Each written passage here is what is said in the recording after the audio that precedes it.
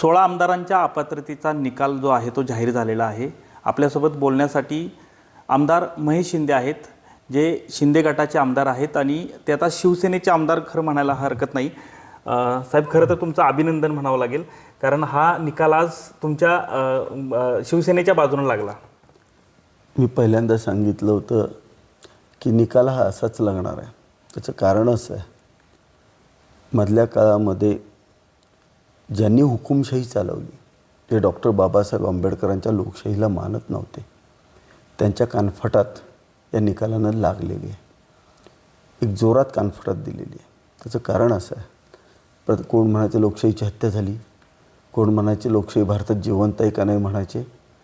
पण तुम्ही जर अध्यक्षांनी दिलेला निकाल जर पाहिला तर त्याच्यातून स्पष्ट होतं आहे की 2013 आणि 2018ला निवडणुका घेतल्या नुसत्या पेपरवर दाखवल्या, पण ज्या वेळेला आमचे पक्षप्रतोद त्यावेळेचे सुनील प्रभूंचं उलट तपासणी केली गेली, त्यावेळेला त्यांनी स्पष्ट म्हणलं तुम्ही मत दिलं का, तर ते सांगू शकले नाहीत की मत दिलं। म्हणजे स्वतःच्या पक्षामध्ये लोकशाही जिवंत न ठेवणारे, जे हुकुमशाही चालवायचे ते लोक आज आम्हाला लोकशाही जिवंत आहे का विचारतात। हे इतकं चुकीचं वातावरण या ठिकाणी केलं होतं। दुसरी महत्त्वाची गोष्ट, राष्ट्रीय कार्यकारिणी ही सर्वोच्च असते। पक्षप्रमुख हा वारशानं ठरवता येत नाही, पक्षप्रमुख हा विचारानं कार्यकर्त्यांच्यातून होऊ शकतो, हे या निकालानं दाखवून दिलं। हे दोन्ही निकाल आज जे त्यांनी दिलेले आहेत ते अत्यंत चांगले निकाल दिलेले आहेत। आणि जे अध्यक्षांनी जे या ठिकाणी जे वाचन केलं निकालाचं आणि ते मुद्दे जे ग्राह्य धरलेत, निश्चित यानं या भारतातली लोकशाही बळकट होईल। नक्कीच। खरं तर आता सांगायचं झालं तर आता विरोधकांकडून पण टीका होती की गेल्या 2 दिवसापासूनच हे निकाल आधीपासूनच मॅनेज असल्याचं बोललं जाते। तुम्ही कशा पद्धतीने बघताय इकडं?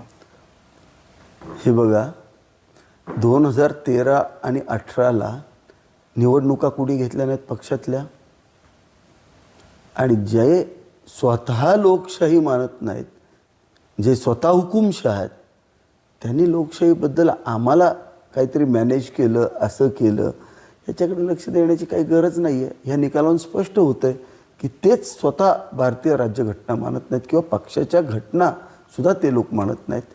त्यांनी सबमिशन करताना पण त्या ठिकाणी सांगितलेलं आहे की पक्षप्रमुख म्हणतील ते सर, तसं नाही आहे। ते वारशानं पक्षप्रमुख ठरवता येणार नाही।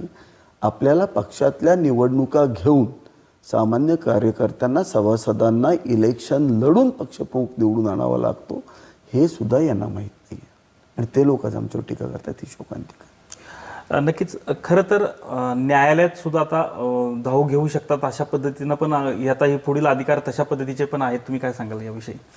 भारतीय लोकशाही प्रगल्भ आहे, प्रत्येकाला अधिकार दिलेला आहे। आज अध्यक्षांनी निकाल दिला, त्याच्या विरोधात ते सर्वोच्च न्यायालयात जाऊ शकतात, उच्च न्यायालयात जाऊ शकतात, काहीच अडचण नाही। ते कुठेही गेले तरीसुद्धा जी पक्षाची घटना इलेक्शन कमिशनकडे आहे आणि इलेक्शन कमिशननं जी पक्षाची घटना अध्यक्षांच्याकडं सबमिट केलेली आहे, त्या घटनेच्या आधारितच निकाल द्यावे लागतील। त्यामुळं आम्हाला पक्षातून काढण्याचा अधिकार त्यांना नाही आहे। आत्ता UBT फ्रॅक्शन आणि शिंदे फ्रॅक्शन जे अध्यक्षांनी सांगितलं, त्याच्यामध्ये मेजॉरिटी ही शिंदे फ्रॅक्शनकडे आहे, संपूर्ण पक्ष शिंदे फ्रॅक्शनकडे आहे। त्यामुळं खरी शिवसेना ही शिंदे गटाची शिवसेना आहे, असं स्पष्ट इलेक्शन कमिशननं सांगितलेलं आहे आणि सगळ्यांनी सांगितलेलं आहे। सगळ्या घटना न्यायालयाने तेच म्हटलेलं आहे। त्याच्यामुळं कुठलीही, कितीही त्यांनी कुठेही गेले तरीसुद्धा हा निकाल असाच लागणार आहे। नक्कीच।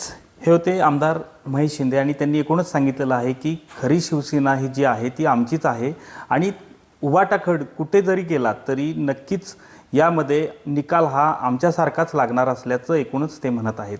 कॅमेरामन तुषार जाधवसह संतोष नालवडे, TV9 मराठी, सातारा।